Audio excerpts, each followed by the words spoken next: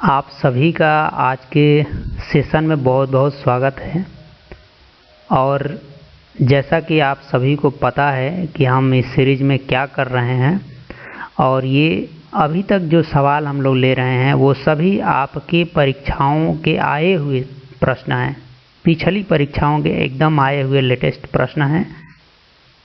तो इन्हीं से आइडिया लेके चलना है कि इन सवालों को हमें कैसे करना है। घबराना बिल्कुल नहीं है। अगर हमारा थोड़ा बहुत बेसिक पे पकड़ है ना, तो हम सवालों को बड़े ही आसानी से कर सकते हैं। और मैं ऐसा क्यों कह रहा हूँ, क्योंकि सवालों के साथ ऑप्शन भी दिया है। और जब ऑप्शन दिया है तो ये कभी नहीं कहता है हमारे एग्ज़ाम में कि आप क्वेश्चन को सॉल्व कीजिए। वो तो कहता है ऑप्शन को सेलेक्ट कीजिए, और हम उधर ही बढ़ने की कोशिश कर रहे हैं। अब जैसे कि ये सवाल मान लीजिए आपके सामने है, इसको आप देख रहे हैं, बहुत बेसिक सा ही सवाल है। कहा है x square minus y square minus 9z square plus 6yz का गुणनखंड करना। गुणनखंड कीजिए। अब आप समझते हैं गुणनखंड का क्या मतलब है। जैसे मान लीजिए हमारे पास एक संख्या होती है 6, और इसके गुणनखंड की जब हम बात करते हैं तो हम इसको लिख सकते हैं 2 × 3। तो ये इसका गुणनखंड है। यानी इसको ऐसे तोड़ना कि उसको फिर आपस में गुणा करें।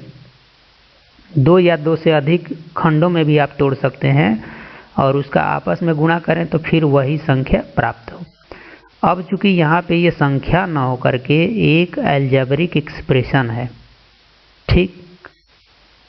अब मैं आपसे एक बात कहता हूँ कि अगर ये ऑप्शन नहीं होते तो इस सवाल को करने के लिए अगर हमें करने आता भी तो काफ़ी समय लगता।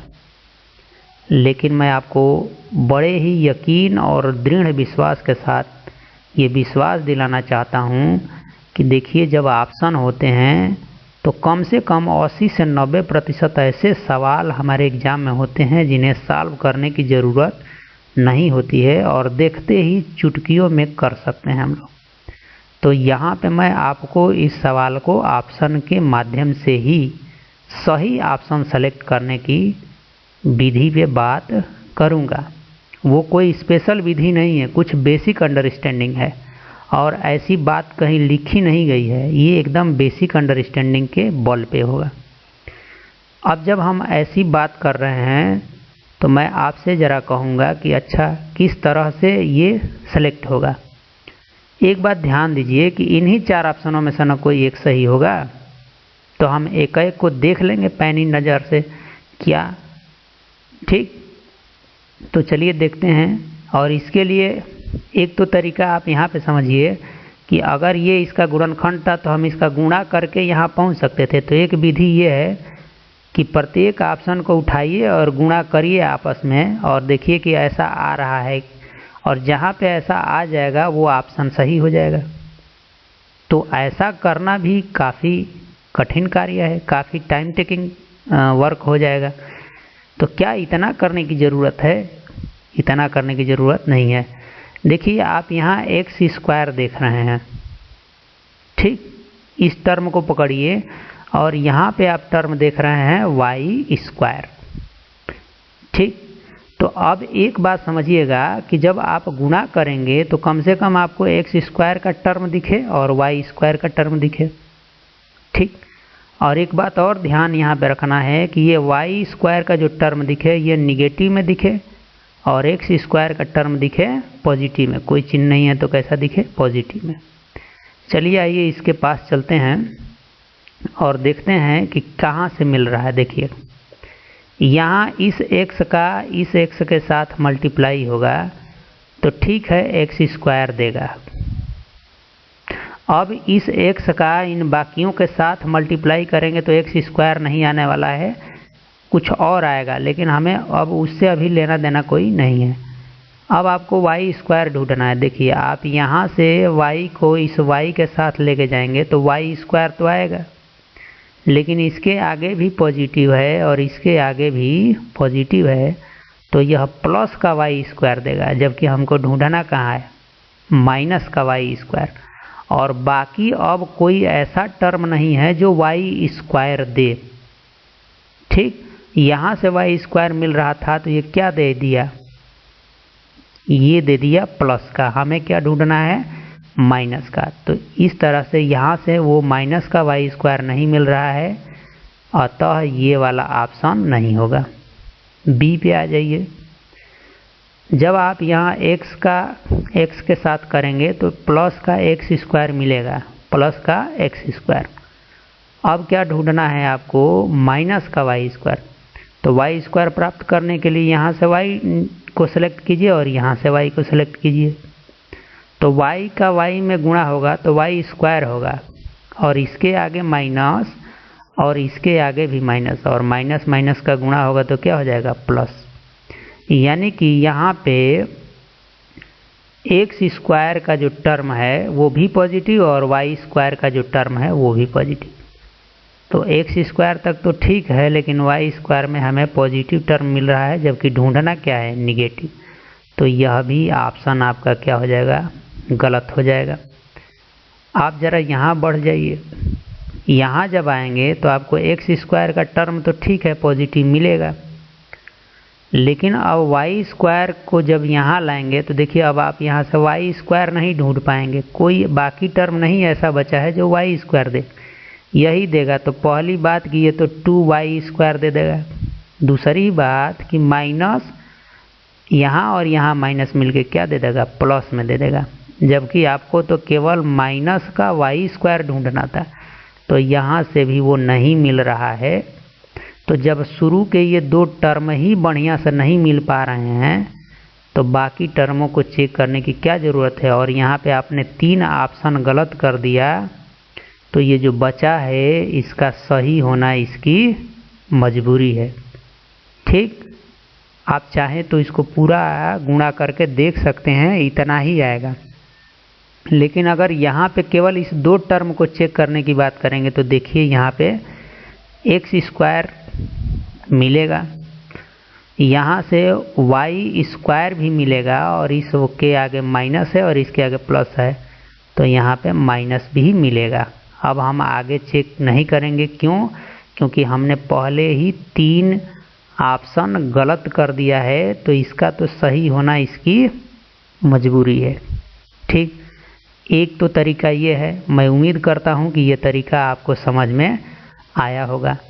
आप कहेंगे कि नहीं नहीं, इससे भी कुछ आसान बात बता दीजिए कि हम इसको बड़े ही और आसान तरीके से कर सकते हैं। तो मैं कहूँगा कि चलिए वो भी तरीका मेरे पास है। मैंने आपको कई सेशंस में ये बता के रखा है कि जब भी आपके सामने कुछ इस टाइप की value x y z type का मिले तो आपको क्या करना है। देखिए एक्स का क्या मतलब है, ये कोई भी वैल्यू ले सकता है।